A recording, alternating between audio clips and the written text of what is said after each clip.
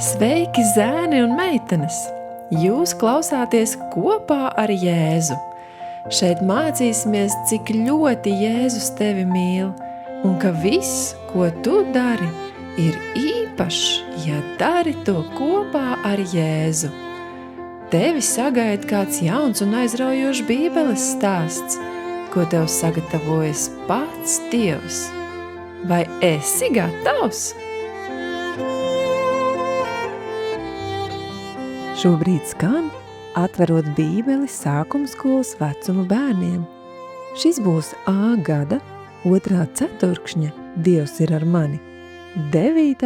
nedēļas lasījums. Piektdiena. Atbildīgais pārvaldnieks. Ieklausies, kā turpinājās Jāzepa gaitas Ēģiptē. Faraons zināja, ka Jāzepam ir taisnība. Viņam būs vajadzīgs gudrs vīrs, kas palīdzētu Ēģiptei pārvarēt šo krīzi. Bet kur viņš varētu atrast šādu cilvēku? Faraons sēdēja un domāja, un atbilde nāca. Protams, Jāzeps bija tieši tas cilvēks, kas vajadzīgs viņa valstī. Faraons sacīja saviem kalpiem: vai gan var atrast tādu vīru, kam ir Dieva gars kā šim? Ko viņš teica Jāzepam pēc tam?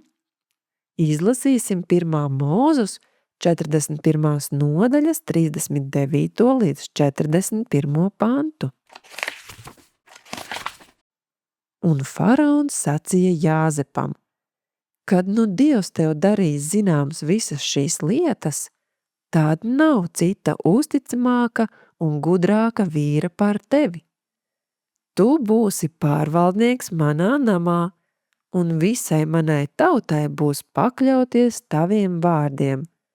Tikai par troņa tiesu es būšu lielāks par tevi. Un Faraons sacīja Jāzepam: redzi, es tevi ieceļu pār visu Ēģiptes zemi.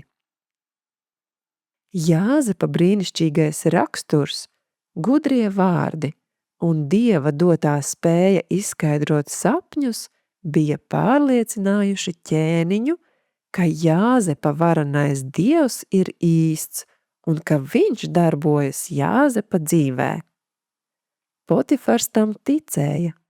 Cietuma uzraugs un ieslodzītie to bija redzējuši. Ēģiptes ķēniņš to zināja, un kādu dienu jau pavisam drīz arī visa Ēģipte uzzinās par Jāzepa Dievu. Jāzepa šausmīgās cietuma dienas beidzot bija beigušās. Viņam par pārsteigumu drīz vien tika iedotas valdnieka drēbes un ķēniņa gredzens. Viņš tika kronēts par otru galveno cilvēku visā Ēģiptes zemē. Patiešām, tas kungs bija ar Jāzepu. Padomā un pastāsti. Izlasi Mateja 25. nodaļas 23. pantu un padomā, kā tas ir saistīts ar Jāzepa dzīvi? Kā tas varētu izskatīties tavā dzīvē? Aicinu tevi arī šodien klausīties un dziedāt līdzi atmiņas panta dziesmai par Dieva raksturu.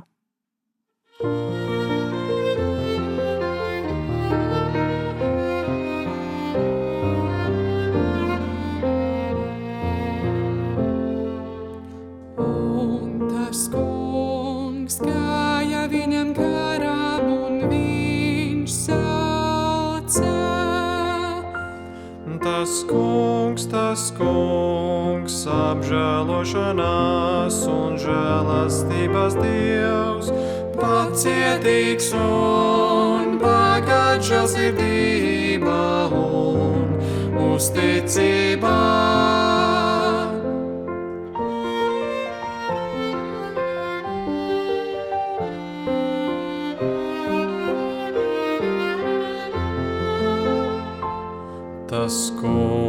tas kungs, apžēlošanās un žēlastības Dievs. Pacietīgs un bagāts žēlsirdībā un uzticībā. Otrā Mūzes 34 un 6.